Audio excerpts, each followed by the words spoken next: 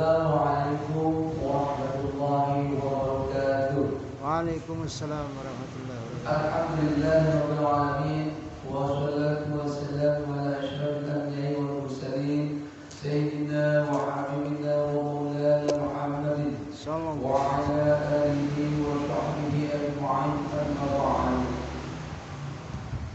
Puji syukur senantiasa kita panjatkan kepada Allah Subhanahu wa taala atas karunia dan nikmatnya berjalan beriman, Islam, sehat walafiat serta panjang umur, juga diberi kesempatan sehingga pada kesempatan hari ini kita masih melaksanakan kewajiban kita yaitu sholat subuh secara berjamaah dan akan dilanjutkan dengan kajian.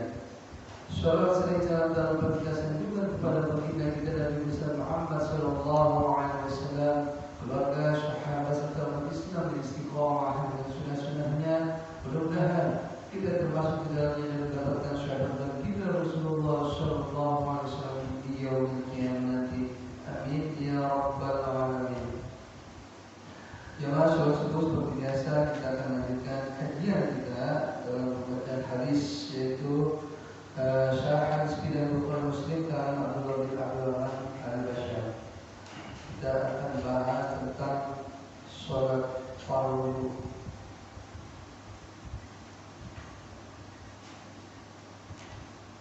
Hadis ke-112 dari Jabir bin Abdullah radhiyallahu anhu bahwa Mu'adz bin Jabal pernah sholat Isya yang akhir bersama Nabi sallallahu alaihi wasallam.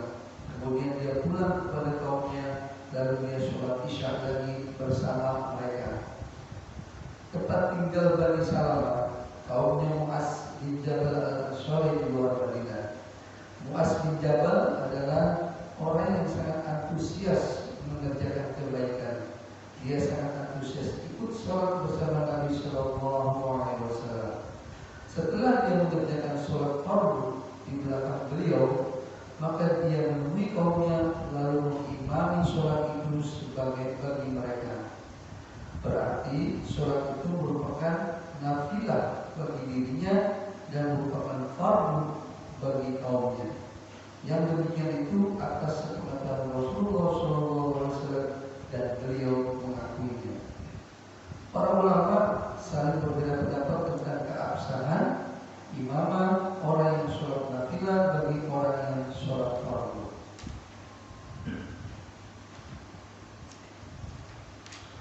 Al-Zuhri, Malik dan mazhab Hanafi menyatakan tidak sahnya imamah itu. Ini juga riwayat yang masyhur dari Imam Ahmad dan merupakan pilihan mayoritas rekan-rekannya. Mereka berhujjah dengan sabda Rasulullah SAW, sesungguhnya imam dijadikan hanya untuk diikuti, maka janganlah kalian menyalahinya. Muttafaqun alaih. Perbedaan niat makmum dengan niat imam merupakan perbedaan antara makmum dengan imam. Sedangkan Abu Al-Auza, Asy-Syafi'i, Abu Thawr dan salah satu riwayat dari Al-Imam Ahmad bahwa imamah itu sah, dan ini merupakan pilihan pendapat Syekhul Islam Ibnu Taimiyah. Mereka berhujjah dengan Mu'adz bin Jabal dalam bab ini bahwa dia sholat fardu di belakang Rasulullah SAW di masjid beliau, kemudian dia pergi menemui kaumnya lalu sholat bagi mereka. Sebagaimana diketahui bahwa salah satu dari dua sholat yang dilakukan Mu'adz itu adalah nafilah, yang dijatuhkan ke sholat yang terakhir karena beberapa pertimbangan. Pertama, merupakan sholatnya bersama Rasulullah SAW. Yang kedua, dia tidak akan menjadikan sholatnya bersama Rasulullah SAW di masjid beliau berupa sholat nafilah.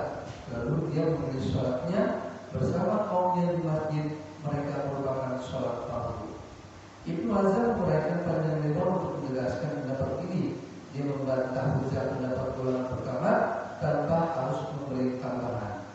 Di antara dalil-dalil orang yang menyatakan sahnya orang yang sholat fardu di belakang orang yang sholat nafilah bahwa Rasulullah SAW sholat bersama segolongan sahabat dalam sholat fardu sebanyak 2 rakaat, kemudian salam, lalu beliau sholat lagi dengan segolongan sahabat yang lain sebanyak 2 rakaat, kemudian salam.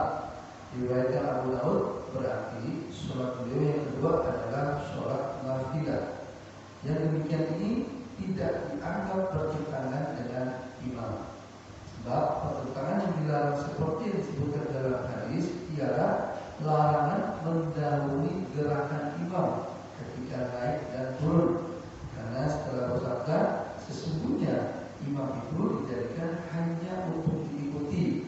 Beliau bersabda juga, jika imam bertakbir, hendaklah kalian bertakbir pula, dan janganlah kalian bertakbir hingga dia bertakbir dan seterusnya.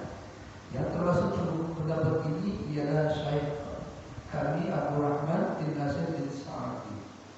Kesimpulan hadis, yang pertama, diperbolehkannya imamah orang yang sholat nafilah bagi orang yang sholat fardu.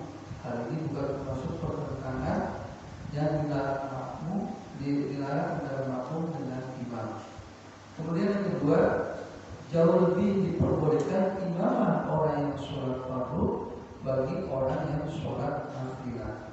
Yang ketiga, boleh mengulang sholat fardu apabila jika di sana ada kemaslahatan seperti qori Al-Quran yang menjadi imam bagi yang bukan qori, atau ketika seseorang masuk masjid dan mendapati jamaah sholat meskipun sebelumnya dia sudah mengerjakannya sendirian, sholatnya bersama mereka merupakan penyempurna kekurangan sholatnya sendirian. Alhamdulillah, ini sudah kita bacakan tentang hadis, satu dua hadis tentang orang yang sholat nafilah boleh menjadi imam bagi orang yang sholat fardu. Ini ada perbedaan pendapat para ulama.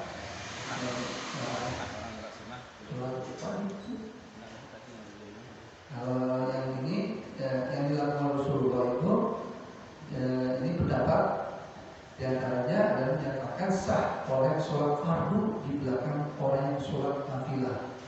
Di antara dalil orang yang menyatakan sahnya orang yang sholat fardu di belakang orang yang sholat nafilah, bahwa Rasulullah SAW bersama sahabat dan sholat fardu sebanyak 2 rakaat. Setelah salat, beliau sholat lagi dengan sebagian sahabat yang lain sebanyak 2 rakaat, kemudian salam. Nah, diriwayatkan berarti sholat beliau yang kedua adalah sholat nafilah.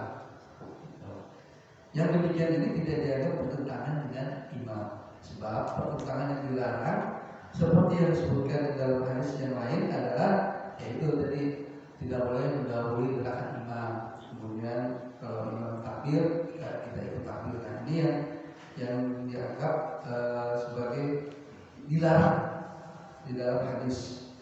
Kemudian pilihan tentang sholat yang terakhir itu kenapa sahabat pada saat itu melakukannya, karena dia ingin sholat bersama Rasulullah, hingga dia begitu salam selesai dia kembali lagi ke kaumnya si Muaz ini, dia sholat lagi. Nah, dia sholat lagi tapi sholatnya sholat nafilah, dia bilang. Di sini dijelaskan dia tidak akan menjadikan sholatnya bersama Rasulullah SAW di masjid beliau berupa sholat nafilah. Lalu dia memilih sholatnya bersama kaumnya di masjid mereka merupakan sholat fardu. Nah, kemudian di kesimpulannya tadi sudah dijelaskan, diperbolehkan imamah orang yang sholat nafilah bagi orang yang sholat fardu, karena itu bukan pertentangan antara makmum dengan imam. Kemudian yang paling nomor 3 ini sebenarnya yang mungkin bisa jadi pertimbangan, tapi ini kayaknya disesuaikan dengan kondisi. Jadi misalkan di sini ada imamnya, mungkin di sini kalau dijelaskan ini adalah qori, terus kita juga boleh mengulang sholat fardunya. Sini boleh mengulang sholat fardu apabila jika di sana ada kemaslahatan. Ini ada kemaslahatan seperti qori Al-Quran yang jadi imam bagi yang bukan qori. Atau ketika seorang masuk masjid dan mendapati jamaah sholat sebelum, meskipun sebenarnya dia sudah menjalankan sendiri. Jadi ketika kita sholat fardu sendirian terus ada mau jamaah, mau ikut berjamaah, nah ini sholatnya bersama mereka merupakan penyempurna kekurangan sholat sendirian. Alhamdulillah, mudah-mudahan sangat bermanfaat bagi kita semua, terutama diri saya pribadi dan yang mendengarkannya. Mudah-mudahan terus menambah pengetahuan kita sholat, terutama yang penting ini, dan kedepannya jauh lebih baik lagi. Mudah-mudahan itu saja yang dapat kami sampaikan satu buah hadis. Lebih kurangnya kami mohon maaf. Wabillahi taufiq